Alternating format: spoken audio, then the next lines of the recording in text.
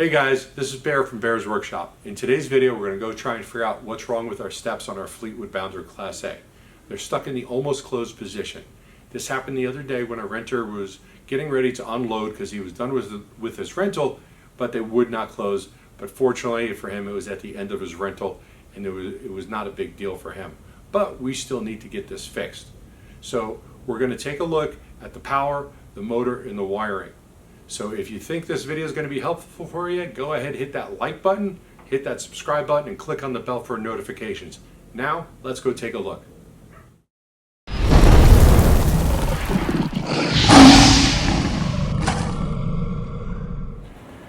Okay, so what we have here today is a broken step on the RV. The RV step no longer opens and closes when you open the door.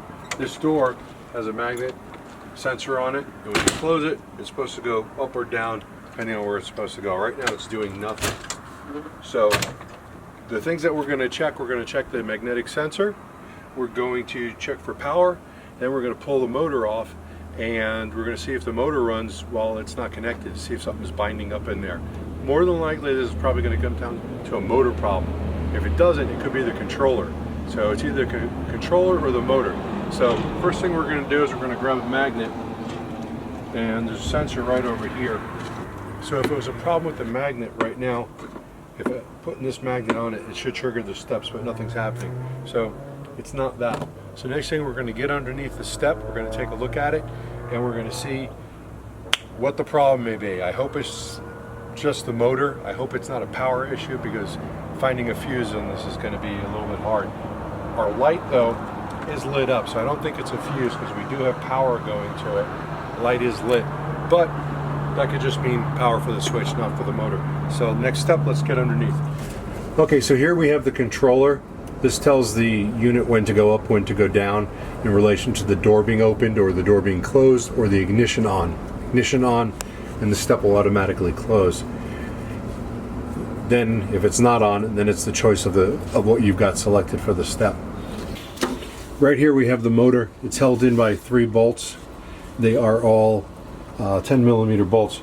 So we're going to disconnect the power. We're going to find the harness for it, which I believe is right here. It should be a 4-prong harness, and we're going to check to see if there's power to it. The step is in the on position right now. I'm not sure which one of these is the power, so I'm going to go with each one and see what I can find. There, okay, that one's power. We have power. You probably can't see it, but it says we got 12.7 volts. So we know we got power from the switch, and the switch is working. So we're going to reconnect that. We also know that the light's on, so that there's power. Now there's the controller. There's a red wire over here, and that is power to the controller, so we're going to check that next. Maybe, oh, it's this one. What do I know? Okay, this is the red wire. Yeah, I'm not sure if I'm getting it in there far enough. So we're going to pull this motor out, and we're going to see if it's bound up or if there's something wrong with it. I've heard people knocking on them and then they start working. This step's probably going to fall also when I pull this motor.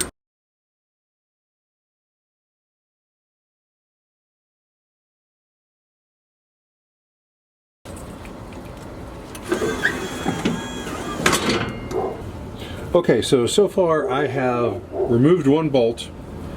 The light went out right here, which I thought maybe we lost power for some reason. Like maybe for some strange reason this 1 bolt was tied to a ground, but it went out right as I was undoing this. So I unplugged the wiring harness, and I've plugged it back in, and then the steps went down. So suddenly it appears to be working. So I might have had a loose wire in here or something. What I'm going to do is I'm going to go turn the switch back and forth and see what happens with this step, and see if maybe our problem was just a loose wire and it's taken care of.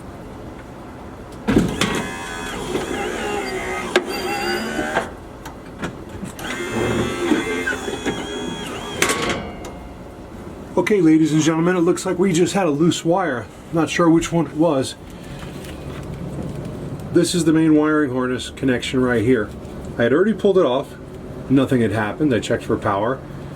And when I did it the second time, things started working again. A little odd. And it also had something to do, might have had something to do with me pulling this bolt out. I'm going to put it back in. Very odd, but I think it was just a wire that somewhere got loose. But if it's not a loose wire, this motor right here is one of your culprits. This controller right here is also one of your culprits. These are power window motors. They sell for about $70, $80 online, and you can find them fairly easy. All you have to do is take out these 3 bolts right here and this wiring harness. This will drop straight down, and then for replacement you put it right back in, and then you just tighten up your bolts and put in your wiring harness. If it's not your power window motor, it's going to be your controller right here, and this is also going to be an easy replacement. Not as easy as the motor, because you've got to get all these wires back to the right spot. You've got your ground over here, you got another wire that goes to the light, that's part of this harness, because that is tied into the step. And then you've got this harness which goes to the power window motor, which runs the steps. You've got this line, which is just something that's unknown to me. You got your harness over here, your red, white, brown, and yellow, and this is probably going to go all the way up to here. And everything's bundled in a couple zip ties up top. So for the replacement of this, fairly easy online. This one, still easy, but just more work with getting the wires and keeping them up. The way this works is that when this motor turns, it turns in here, turns a gear in here, and it moves this back, turns this, and this whole bar gets lifted up into place, pulling the steps up. So if you needed to replace that motor, that's how you would do it. The 3 bolts and the wiring harness. If you needed to replace the controller, you've got about 3 nuts or 3 bolts, little bolts, and then all the connections. It's fairly easy plug and play stuff. But the hardest part is probably figuring out which one's broken. In my case, it was just the wire that needed to be clipped in a little bit more. But I'll put a link to where you can get this motor and this controller in the video, if that's what you need to replace. This is also good to always keep these lubed up. You can put a little lube in this bar here, here, here, and I would put them on any of these connection points. When I first got this RV, every time the steps would go up and down, it groaned like an old man trying to get out of his high chair.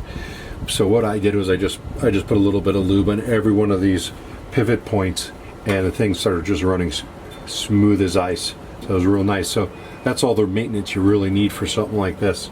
But these motors will go out. It's common. So that's usually the first thing. I got the second thing, which was the wire. So I got lucky here because it cost me nothing.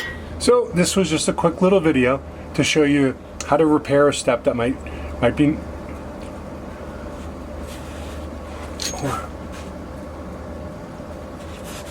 So this was a Kwikee step. I'm sure that the rules of steps, it's the name of the brand. Oh, sorry. Start over. I thought you had like a...